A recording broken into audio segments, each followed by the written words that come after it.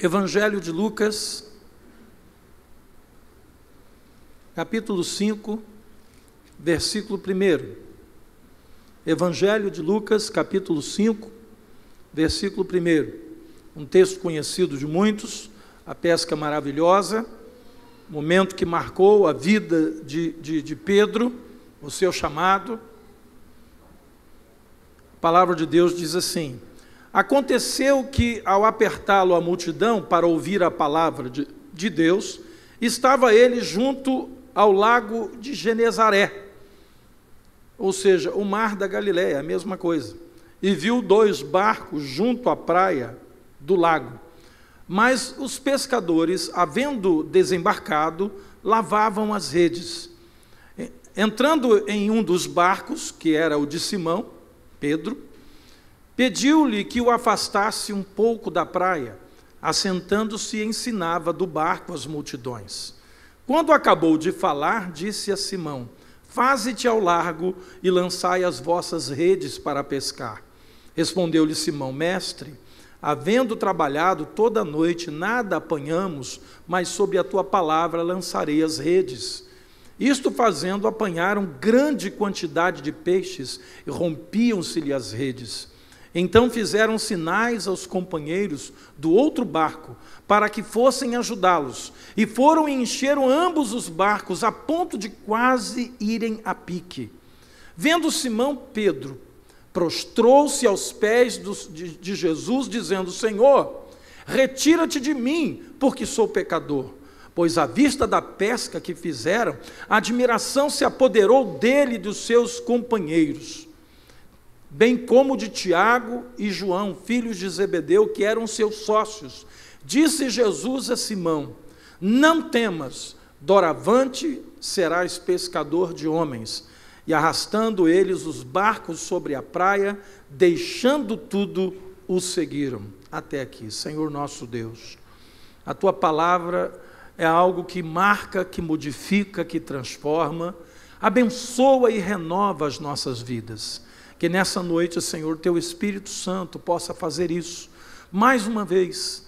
Que nós sejamos, ó Deus, confrontados com a nossa realidade, ó Deus, impulsionados pela tua palavra a fazer o nosso melhor, a te servirmos, ó Deus, e honrarmos o teu nome nas nossas vidas. E ninguém nessa noite que receba esta palavra, a receba apenas como palavra de homem ao seu intelecto, mas como palavra do Deus Altíssimo ao seu coração, e a mudança e transformação da sua vida. E todo o povo de Deus diga amém. Você pode tomar o seu lugar, querido? Os milagres de Deus continuam acontecendo. Só que os milagres de Deus, eles são frutos de atitudes de obediência.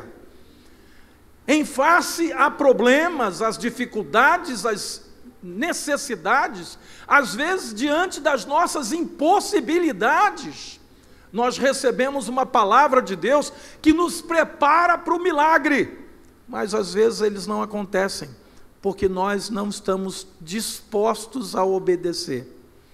Quando nós nos acomodamos, queridos, nós começamos a ter um coração duro, indolente, alguém que está sempre adiando uma decisão com Deus, uma mudança, uma tomada de posição, e às vezes no meio disso nós ficamos perguntando: Senhor, o que foi feito dos teus milagres?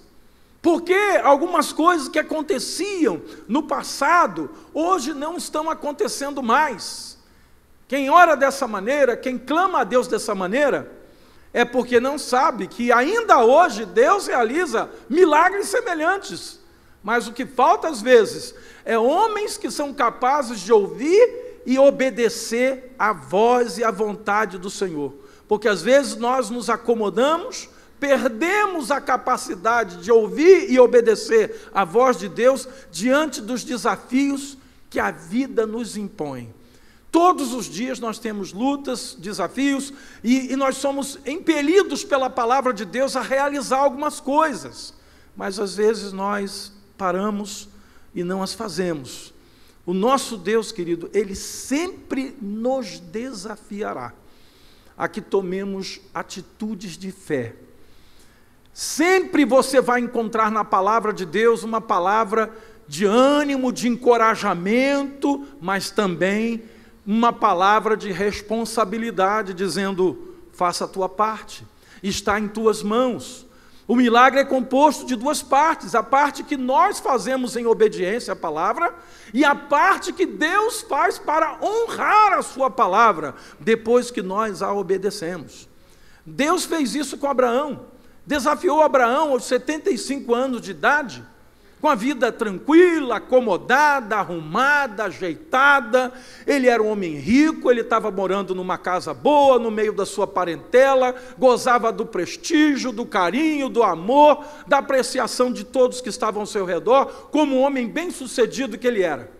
E Deus chega para ele e disse: Abraão, sai da tua casa, do meio da tua parentela, e vai para uma terra que te mostrarei. Queridos, que desafio, né?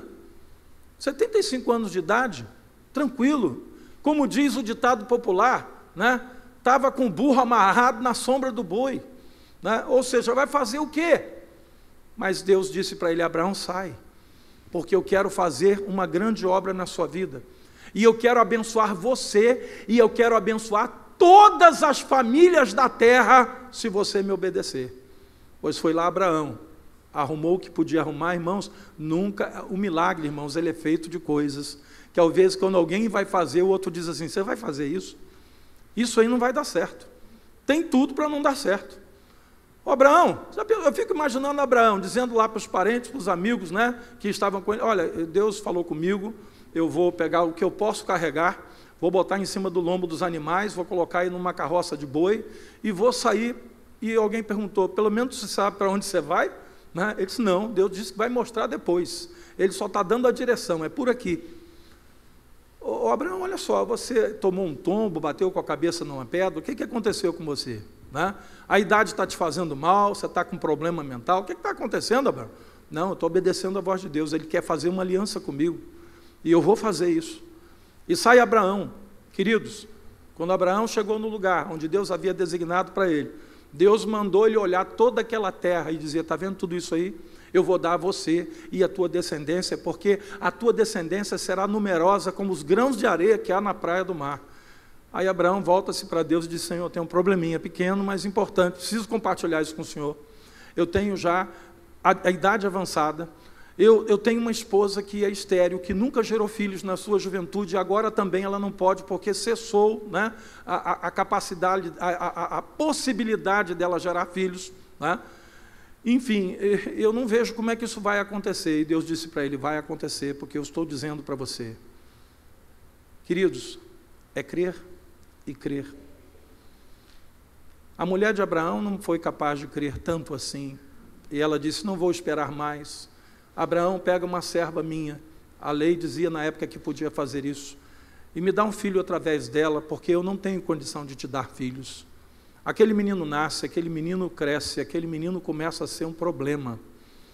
Só que logo depois nasce também Isaque, o filho da promessa, e começa a haver uma animosidade entre as duas mulheres, agora Sara e a sua escrava chamada Agar.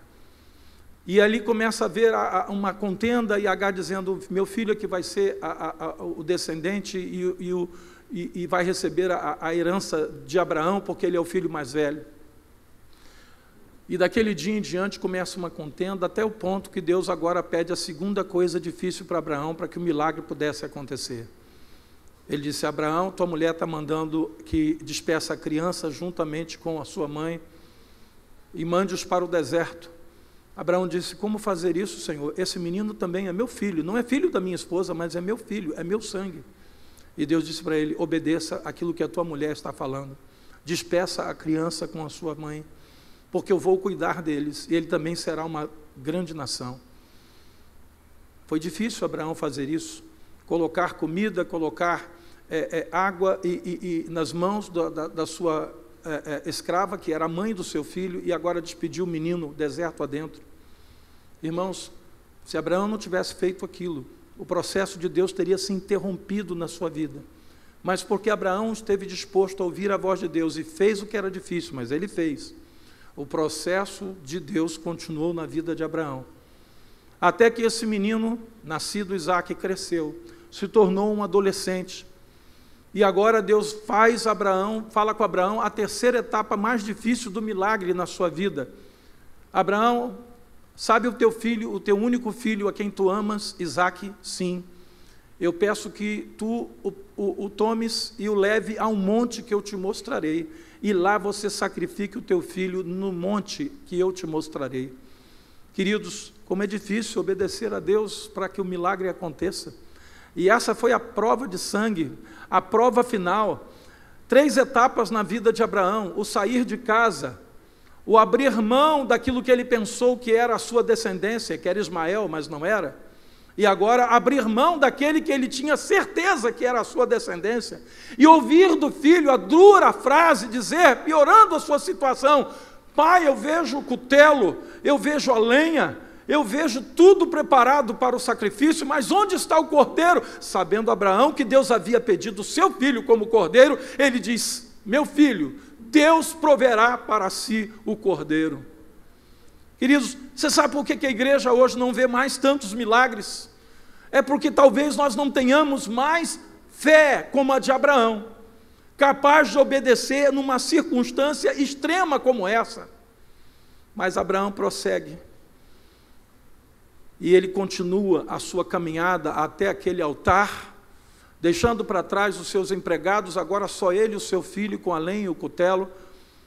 Ele erege um altar com pedras, coloca o seu filho em cima e prepara o holocausto. Irmãos, ele chegou a levantar o cutelo, mas Deus nunca pede de nós aquilo que nós não estamos com condições de dar, ou seja, levou Abraão ao seu limite.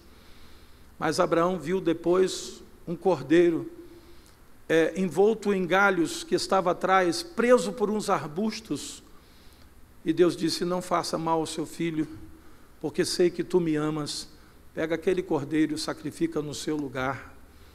Queridos, eu estou falando isso porque hoje, queridos, nós estamos vivendo o evangelho do comodismo.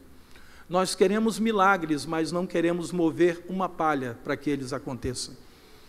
Nós queremos milagres, mas queremos que Deus faça tudo sozinho. Aquela pesca maravilhosa que nós acabamos de ler agora em Lucas 5, ela foi maravilhosa, mas ela foi difícil para Pedro. A gente não para pensar o que Deus pediu de Pedro naquele momento em que ele não estava bem. Você imagina um homem pescar a noite toda, ele e os seus companheiros, e lança a rede, puxa a rede, lança a rede, puxa a rede, só vinha alga, só vinha sujeira. E chegaram a romper o dia e não tem um peixe sequer, que o texto diz: nada apanhamos.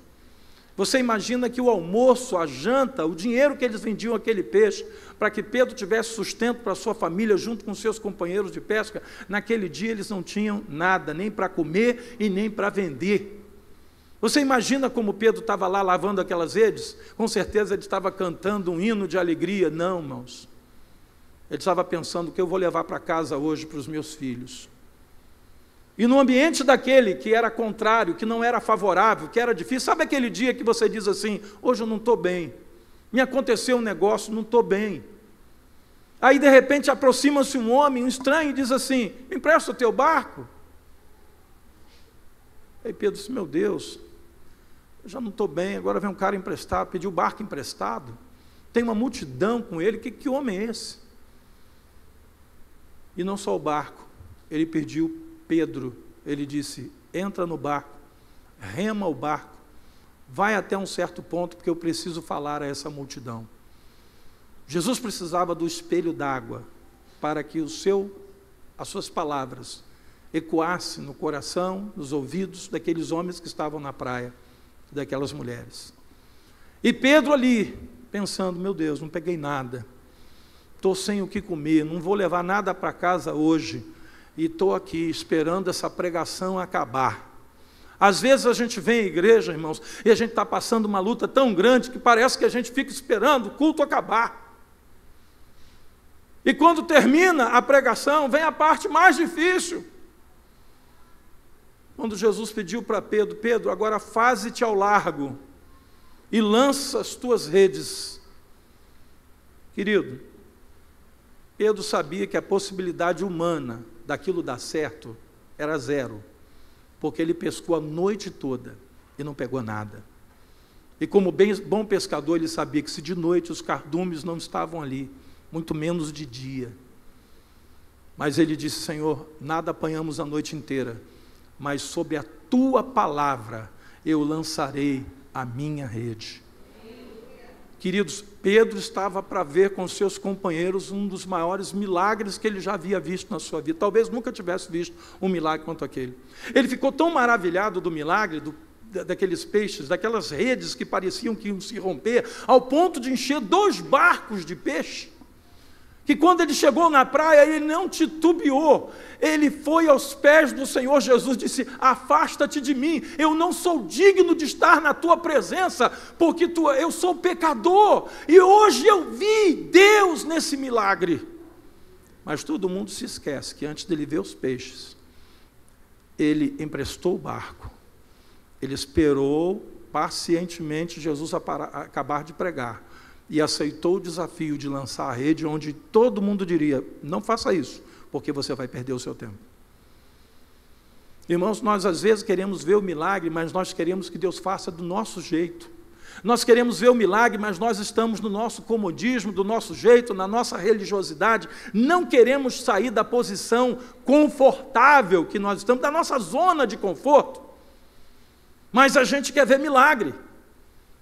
Mas Pedro não sabia que depois do milagre, Jesus lhe pediria uma terceira coisa, semelhante ao que aconteceu com Abraão. E essa terceira coisa é: você gostou do milagre, Pedro? Sim. Você está maravilhado com esses peixes todos? Sim.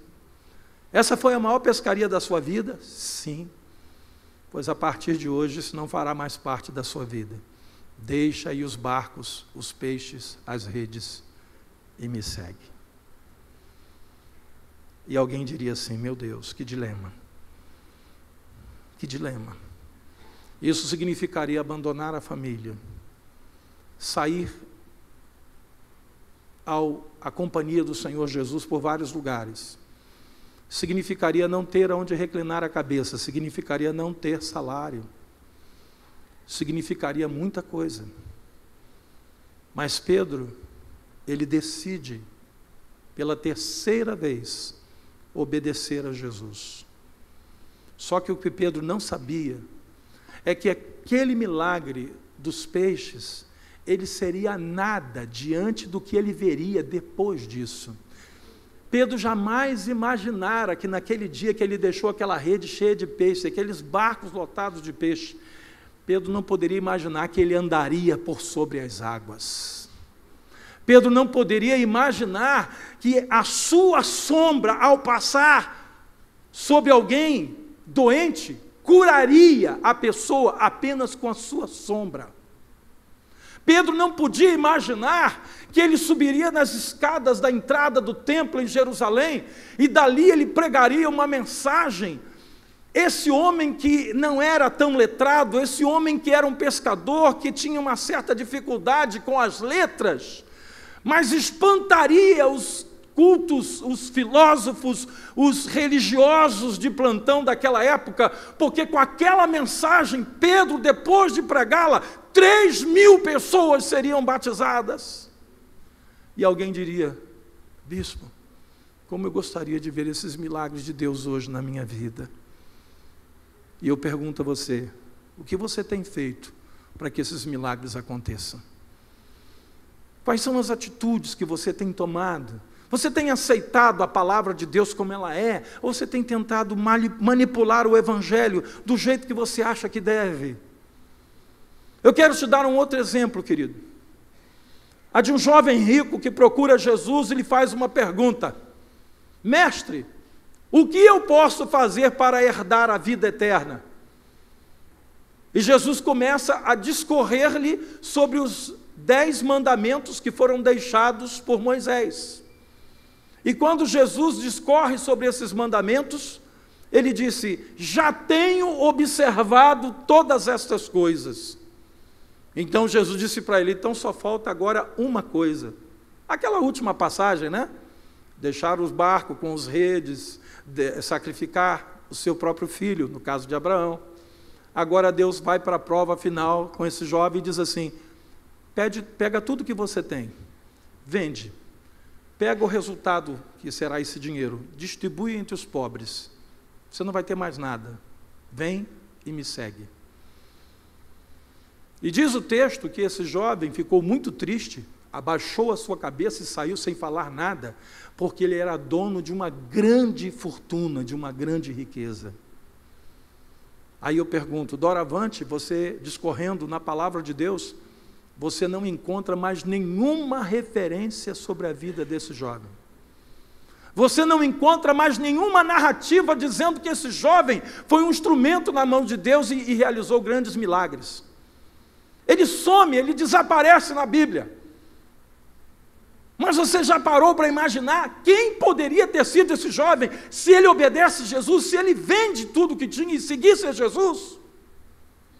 Talvez hoje ele fosse um dos marcos, um dos ícones da palavra de Deus, que estaria a edificar a nossa vida e a nossa fé, mas esse jovem simplesmente sumiu. Ele não viu o milagre de Deus na sua vida, ele não foi alvo de milagres, ele não foi instrumento para milagres, ele simplesmente desapareceu. Ao passo que Pedro e os demais apóstolos que aceitaram o desafio de viver uma vida para o Evangelho. As narrativas bíblicas falam dos milagres que esses homens viram e realizaram. Hoje, queridos, nós vivemos uma crise de milagres às vezes que são fabricados, de testemunhos que não são verdadeiros, de coisas que Deus poderia fazer, mas não faz, porque existe uma acomodação. Certa vez, Jesus pregou a uma multidão. Só homens eram 5.000. Se somar as crianças e as mulheres, chegaria perto de 10.000 pessoas. E ao entardecer, passando eles o dia inteiro a ouvir a palavra de Jesus, Jesus se compungiu deles e disse: não é bom que os dispersamos, porque eles não têm o que comer, vai à tarde, a noite está caindo, eles não vão encontrar comida, então nós precisamos fazer alguma coisa. E ele diz para os discípulos: vai aí entre eles e vê o que se pode achar de comida. Daqui a pouquinho voltam os discípulos trazendo 5 pães e 2 pequenos peixes. Ainda bem que o texto diz que eram peixinhos, porque alguém podia dizer que eram 2 peixes enormes. Não, o texto diz 2 peixinhos. Irmão, para aquele menino que estava com aqueles pães e com aqueles peixes, foi difícil ele abrir mão, porque ele pensou assim: meu Deus, eu venho para cá, trago minha merenda. Ninguém traz. Agora pediram para... A minha merenda, não. Mas o garoto entregou, ele obedeceu. Opa, o milagre começou. Aí chegam os discípulos e mostra para Jesus. Aí Jesus diz algo. Irmãos, quando a gente lê o texto, a gente não tem noção, né? A gente lê o texto, acha lindo, porque sabe que o milagre aconteceu. Mas pensa que aqueles homens não sabiam de nada do que ia acontecer. Você imagina 10.000 pessoas, você apresenta para Jesus 2 pequenos peixes e 5 pães. E Jesus diz assim: agora vai lá e distribui. Como?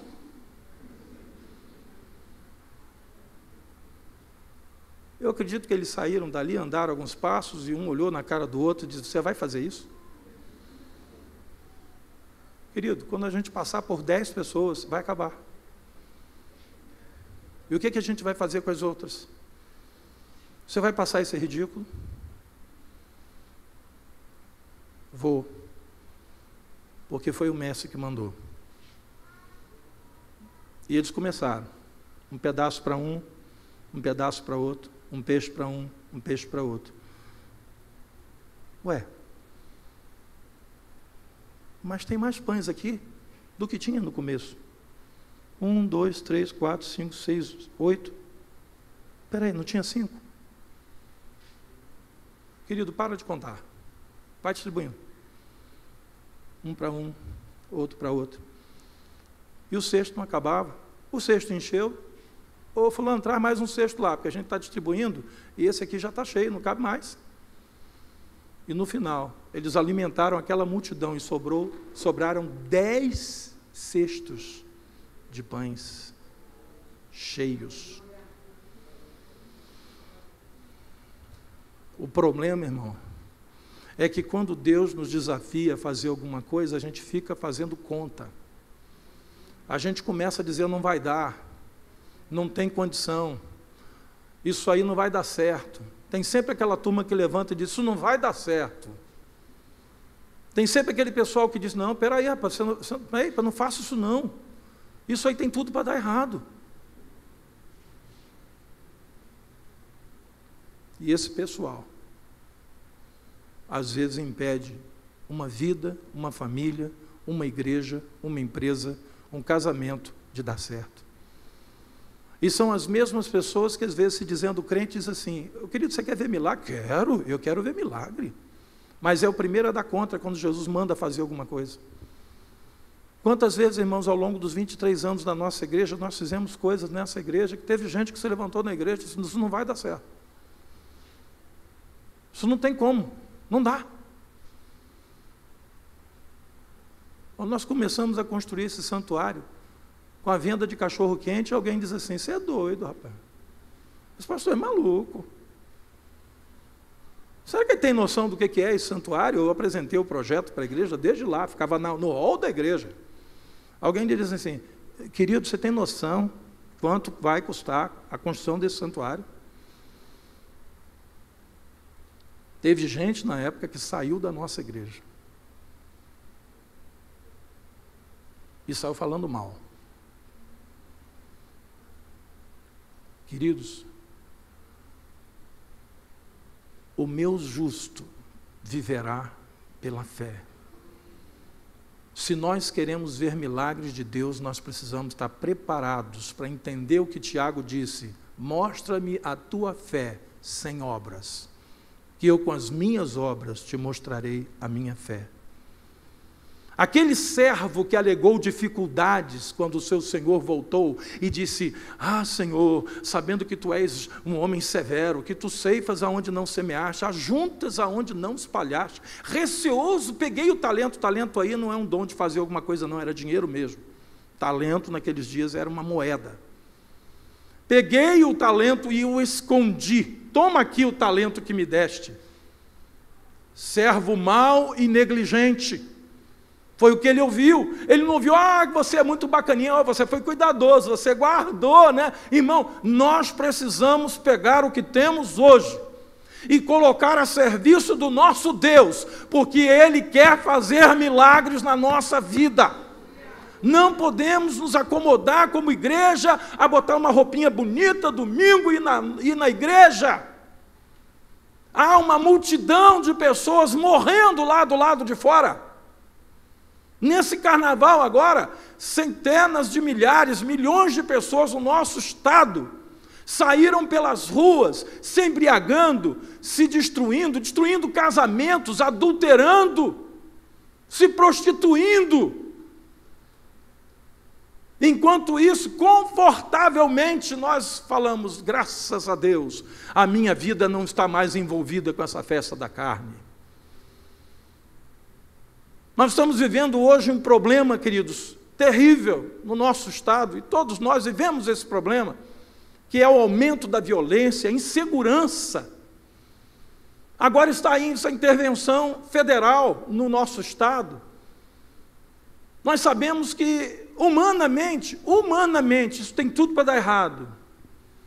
Até porque é um movimento político, a gente sabe disso. Não está ninguém preocupado com dar jeito na segurança e na insegurança do Rio de Janeiro. Não tem essa preocupação. E aí nós simplesmente dizemos, não vai dar certo. Irmãos, eu estou orando para que dê certo. Sabe por quê? Nós não oramos como igreja, temos orado já há meses, desde o ano passado, oramos o ano passado, Senhor, faz alguma coisa, Senhor, muda esse estado de coisas. Agora está aí uma oportunidade de Deus para que os militares, que ali tem homens sérios, Ali tem homens que também têm família, têm filhos, também estão acuados num canto e não concordam com essa situação que está no nosso estado e no nosso Brasil. Se nós, como igreja, começarmos a declarar que não vai dar certo, nós temos que fazer diferente, querido. O Senhor usa a vida desses homens, que vão estar imbuídos e investidos de autoridade, para governar a segurança da nossa cidade. Senhor, dá sabedoria a eles, Senhor, para tomar as decisões certas, para fazer aquilo que precisa ser feito. Há muitos dos nossos irmãos envolvidos nessa área de segurança. Aqui na igreja nós temos policiais civis, nós temos policiais militares, aqui na igreja nós temos pessoas das 3 forças armadas, aqui na igreja nós temos bombeiros, nós temos pessoas envolvidas nessa área que também estão sofrendo. Há poucos dias atrás nós perdemos um PM que foi o primeiro que foi morto esse ano, é primo da Rosilane, a nossa tesoureira. Foi o primeiro PM morto esse ano. Um irmão da nossa igreja, que é policial civil, levou 11 tiros, irmãos, e nenhum tiro pegou nele. E o homem não veio para assaltar, não, veio para matar. Nós estamos vivendo essa violência. Então, a igreja precisa ser aquela que diz: Senhor, eu creio no milagre, eu creio que alguma coisa vai melhorar, eu creio que alguma coisa vai mudar. Mesmo olhando humanamente e dizendo: eu sei que os homens que fizeram isso lá em Brasília estão com objetivos políticos, eu sei disso. Mas pega esses objetivos, Senhor, e transforma isso numa bênção para esse Estado. Poupa a vida, Senhor, dos nossos policiais, dos nossos agentes da lei. Senhor, converte esses meninos que estão nos morros com esses fuzis apontados, tirando foto, colocando na internet. A igreja não tem prazer na morte deles, mas que eles se convertam e mudem de vida. E muitos dos agentes da lei que estarão guerreando contra eles também querem o mesmo. Mas acontece que nós nos acovardamos, nos acomodamos, começamos a falar coisas negativas, não fazemos o que Deus espera de nós, sequer convidamos alguém para estar na casa do Senhor para receber a sua salvação. Isso é o retrato da igreja acomodada. Mas pergunta aos crentes: vocês querem milagres? Ou se quero? Diante das dificuldades, queridos, nós devemos fazer a nossa parte e crer que estamos obedecendo a Deus. Deus fará a parte dele, ou seja, Deus fará o milagre. Você entra com obediência. Não é fácil obedecer, emprestar barco, não. Não é fácil obedecer, lançar rede onde não se sabe que não tem peixe. Não é fácil sair de casa aos 75 anos de idade, deixando uma casa arrumada para trás e passar a viver em tenda. Não é fácil vender tudo que tem e dar aos pobres e seguir Jesus. Deus pede sempre de algo de nós que não é fácil. Mas eu quero dizer para você que se você tiver a audácia, a coragem, a fé para obedecer, você vai ver milagres de Deus acontecendo na sua vida. Porque você vai tocar e o mar vai se abrir. Porque você vai caminhar sobre as águas com a ordem de Jesus. Vem, vem, sai do barco. E Pedro saiu. E ele só afundou porque ele começou a reparar na força do vento. Ele tinha que estar continuando olhando para Jesus, ele não olhou. Ele começou a olhar em volta, ver o vento e começou a afundar. É assim que acontece com a gente. Vem as lutas, vem as dificuldades, a gente começa a olhar em volta. Mas o problema, mas a dificuldade, e você começa a naufragar na fé, no mar das circunstâncias, no mar dos temporais da vida. A igreja do Senhor Jesus está sendo convidada nesses dias para tomar atitudes de fé. Eu estava falando com a igreja hoje aqui pela manhã e também com os líderes que me reuni à tarde e dizendo: querido, eu não estou esperando que esse aniversário seja como os demais na igreja. Eu estou pedindo a Deus que não seja. Que seja um mês assim que vai marcar aquilo que a gente quer ali, o ano da restauração do primeiro amor. Que igreja é essa que vive o primeiro amor, que escolhe um dia na semana para vir à igreja e de vez em quando nem nesse dia vem? Que primeiro amor é esse? Permanecei em Jerusalém, até que do alto sejais revestidos de poder. Qual o período? Quantos dias? Quantos meses? Quantos anos? Deus não falou. E aqueles 120 homens e mulheres começaram todos os dias, ao cair do dia, depois de um dia de trabalho, eles se dirigiam a um lugar chamado cenáculo, e ali 120 pessoas oravam e buscavam a presença de Deus, unânimes em oração.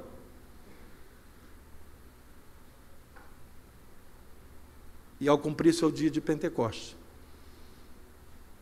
o Espírito Santo foi derramado. Aqueles homens e mulheres foram cheios do Espírito Santo e começaram a falar em línguas.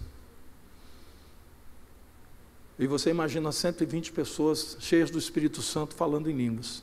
Eles estavam num salão de reunião, no segundo andar, no cenáculo. A cidade estava cheia. O dia de Pentecostes era o dia de muito movimento em Jerusalém, porque era a segunda maior festa dos judeus. A primeira, a Páscoa, a segunda, o Pentecostes. Judeus do mundo todo vinham para se reunir naquela semana em Jerusalém. E eles começam a ouvir aquele burburinho, aquele barulho, aquele alarido de gente orando em línguas. E eles começaram a se dirigir para lá. E quando chegaram naquele ambiente, eles começaram a perguntar uns para os outros: esses homens não são daqui de Jerusalém? Sim. Como que eu posso agora ouvi-los falar na minha língua? Porque haviam judeus italianos, haviam judeus gregos, haviam judeus de diversos idiomas reunidos ali. Eles sabiam falar, né, o hebraico, mas eles também estavam vindo outras línguas. E um perguntava para o outro: vem cá, você está ouvindo o que eu estou ouvindo? Esses homens estão falando na nossa língua. Sim, e o outro perguntava da outra nação: vem cá, mas eu também estou ouvindo da minha língua. Que negócio doido é esse? Eles estão falando, cada um, na nossa língua. O milagre aconteceu, queridos, mas eles permaneceram unânimes em oração. Por isso eu entreguei esse papel para a igreja: irmão, bota o seu nome aí um dia, separa um tempo para Deus, procura a irmã que está com a lista e fala assim: estou marcando aqui no meu cartão, e marca aí, dia tal eu quero estar em oração, quero conhecer essa torre, eu quero entrar lá, eu quero orar lá, eu quero clamar pela minha família, esse vai ser o ano do movimento de Deus na minha família. Mas sabe como é que vai começar? Com a restauração do seu primeiro amor. Quando você começar a fazer coisas, você quer resultados que você nunca alcançou? Faça coisas que você nunca fez. Você quer ver o mover de Deus? Você quer ver milagre de Deus? Lança a rede onde não tem peixe. Sacrifica o teu Isaque. Esteja pronto a ouvir de Deus e dizer: Senhor, pode parecer um absurdo para o meu vizinho, pode parecer um absurdo talvez para pessoas da minha família, mas se a tua palavra está falando comigo, eu creio. Se eu creio, eu obedeço. Mas o que a gente hoje vê, irmãos, são crentes indolentes, preguiçosos, ancorados em suas bases teológicas, alguns deles muito cultos, que se transformaram em verdadeiros fariseus modernos, que a palavra de Deus diz que eles não eram capazes de mover um dedo para fazer o que era a vontade de Deus, mas eles atavam fardos pesados à vida dos homens, e eles com um dedo não queriam remover esse fardo. Hoje nós encontramos assim, querido, cristãos assim, acomodados. Vamos orar na torre, irmão. Eu estou falando isso há 6 meses. Posso não. Meio de semana não posso não, tem trabalho. E domingo também posso não, estou cansado. E se a gente marcar outro dia, também não vou poder não sei nem qual dia, mas não vou poder. Mas irmão, peraí, você quer milagre? Ah, milagre eu quero. Eu quero ver agir de Deus, quero ver mover de Deus, quero milagre. Eu quero ver Deus fazendo coisas tremendas na minha vida. Como, irmão? Como? Aquele homem que não quis vender a sua fortuna e entregar aos pobres e seguir Jesus, ele não viu nada. Ele não viu nada. Mas Pedro viu, Tiago viu, João viu.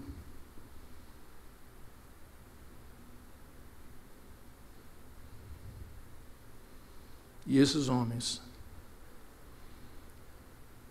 eles passaram pela última fase da obediência. Porque dos discípulos todos, dos apóstolos, apenas João não teve uma morte violenta. Deus o poupou para revelar a ele o livro do Apocalipse, com mais de 90 anos de idade. Deus revelou para ele em Pátimos. Mas aqueles homens viram grandes milagres. A igreja hoje quer milagres, mas não quer sair do seu quadrado. Não quer sair da sua zona de conforto. Pois eu estou desafiando essa igreja para esse mês de março, aniversário da igreja, a gente começar a mudar isso. Nós vamos perseverar unânimes nesse mês aqui, trazendo as nossas famílias, amigos, parentes, vizinhos. Eu vou fazer apelo todos os dias à noite na igreja. Todos os dias. Não importa o pastor que vai pregar, o cantor que vai cantar. Eu vou pegar o microfone no final e vou fazer um apelo. E se aqui estiverem os seus parentes, vizinhos, amigos, eles vão receber a palavra de Deus e vão ser salvos.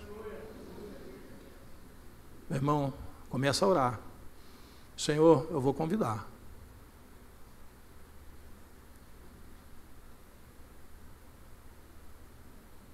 Hoje pela manhã um irmão me procurou aqui no final do culto chorando. E disse, bispo, eu estou com uma tristeza no meu coração. O quê? Eu vinha falando de Jesus para uma pessoa, um rapaz, dependente de drogas. Mas chegou um ponto que eu desisti dele. E não falei mais, e não convidei mais. E teve um dia que o senhor falou que vinha uma pessoa aqui, que tinha sido dependente de drogas, e que ia dar um testemunho. E nesse dia eu não o convidei. E quando eu vim e assisti o testemunho, eu disse, meu Deus, esse rapaz precisava estar aqui. Mas ele não o convidou. E passado alguns dias, esse rapaz foi morto. E a crise dele era, eu falhei. Eu não insisti mais uma vez. Eu orei com ele e disse, amado, esse teu sentimento, esse teu arrependimento, ele tem um bom sinal. Você podia simplesmente dizer, fazer o quê? Mas não, você está quebrantado diante de Deus com o que aconteceu. Então pega isso, não para a sua condenação, mas para como uma experiência na sua vida. Nunca desista de ninguém. Convide mais uma vez, e mais uma vez, e mais uma vez. E ora mais um pouquinho, sobe mais na torre, e clama mais um pouquinho, porque você não sabe quando vai acontecer a libertação, a salvação dessa pessoa. Ainda bem que Deus nunca desiste de nós. Às vezes a gente desiste, mas Ele não desiste de nós. E nesse mês de março, aproveitando que esses convidados virão, fale disso, convide, traga pessoas à casa do Senhor. Nós vamos trazer pastores aqui de longe. O pastor Jeremias Pereira esteve na nossa igreja uma vez só. É hoje, queridos, um dos pregadores mais difíceis de conseguir, porque o homem tem convite para pregar no Brasil e no exterior. Ele é uma figura, é uma pessoa diferente. Aí você vai dizer, é um grande teólogo? Não, não. Ele é um homem do povo, mas é um homem a quem Deus deu um dom de pregar diferente. É um servo do Senhor. Eu tenho certeza que ele vai trazer uma palavra que vai mexer com a nossa igreja, mas ele quer falar também para a sua família, para os seus amigos, para os seus colegas que não conhecem a Cristo. Eu vou pedir que a igreja esse mês venha para abraçar esses visitantes que virão. Os líderes já estão sabendo disso, os diáconos estão sabendo disso. Eu disse para eles, olha, se vocês tiverem que levantar e dar lugar a um visitante, não fiquem tristes não, fiquem alegres. A igreja está tão cheia que eu tive que levantar e dar um lugar para o visitante. Isso é uma honra para mim.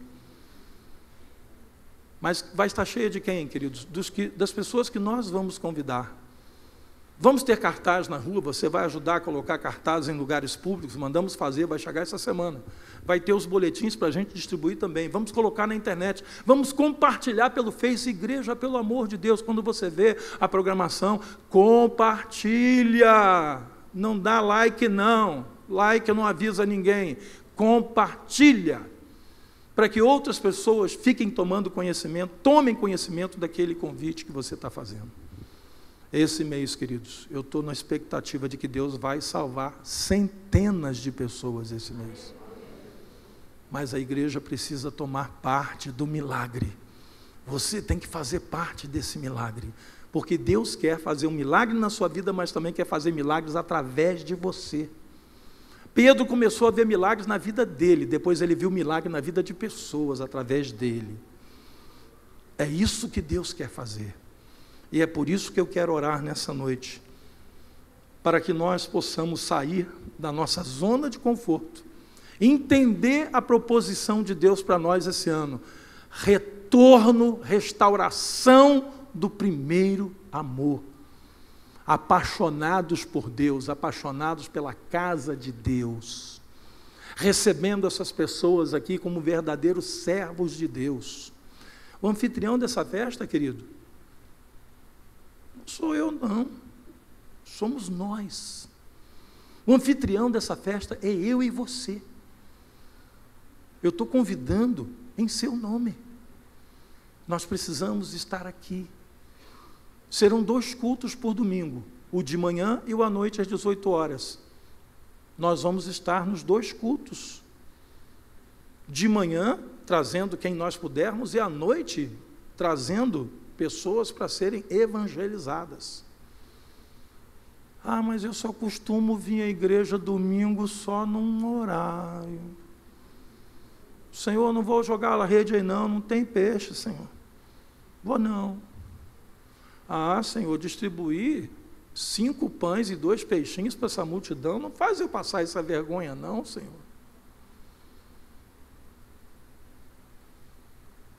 Você entende? Se nós não estamos preparados para convidar, para receber e para estar na casa do Senhor esse mês de uma maneira especial, como nós vamos ver milagres acontecendo? Eu estou pedindo a Deus milagres esse mês aqui. De transformação, de curas, de libertação. De pessoas que vão ver a glória de Deus nesse lugar. Sabe o que eu estou pedindo a Deus? Falei hoje com os irmãos de manhã e falei com os líderes. Eu estou pedindo que os visitantes que venham, eles tenham dificuldade de lembrar qual foi o cantor que eles viram. Tenham dificuldade de lembrar o que foi que o pastor pregou. Mas que eles vejam essa igreja como uma igreja que eles nunca mais vão esquecer. Essa igreja precisa estar de forma inesquecível na mente dessas pessoas. Sabe por quê? Pelo seu carinho, pelo seu amor, pela sua atenção. Ah, mas não é os obreiros que vão... Não, todos nós. Todos nós. Nós vamos estar aqui olhando para essas pessoas e dizendo: Senhor, louvado seja Deus por esse jovem, por esse homem, por essa mulher que veio, porque tu trouxeste, nós vamos amar essas vidas aqui. Você sabia que tem gente que o que ele mais quer na igreja não é uma boa mensagem do pastor? O que ele está precisando é de um abraço. O que ele está precisando é de uma boca que fale para ele: Deus ama você, meu irmão. Deus está me usando para dizer que Ele se importa com você.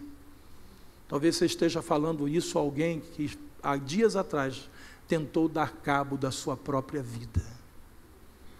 Você entende que uma frase como essa pode ser na vida dessa pessoa? Meu Deus, uma frase tão simples. Mas alguma boca precisa abrir para falar isso. E não é só o pastor que está aqui em cima do púlpito. O pastor fala, Deus fala sim, através do pastor fala. Hoje à tarde uma irmã me mandou um zap: pastor, a mensagem que o senhor pregou hoje, eu precisava muito ouvir, porque esses dias eu vinha questionando a Deus sobre a minha vida, sobre a minha fé, sobre a nossa igreja. E essa palavra veio como um bálsamo sobre a minha vida. Eu estou renovada. Ela é uma das voluntárias que trabalha nessa igreja com o Ministério de Adolescentes. Queridos, precisamos mudar esse tom. Há uma música para ser entoada nesse lugar. E a melodia dessa música tem uma letra fantástica. E é o amor de Deus através das nossas vidas. E aí você verá milagres de Deus acontecendo neste lugar e na sua vida diretamente também. Se você está disposto a mudar de posição, se você entendeu o que Deus está falando nessa noite, e você quer tomar uma atitude diante de Deus, Senhor, eu vou obedecer, não importa o quão difícil seja para mim, estar aqui esse mês todo, todos os dias, mas eu vou obedecer, eu vou lançar a rede aonde não tem peixe, e eu vou crer que vai acontecer, o milagre de Deus vai acontecer.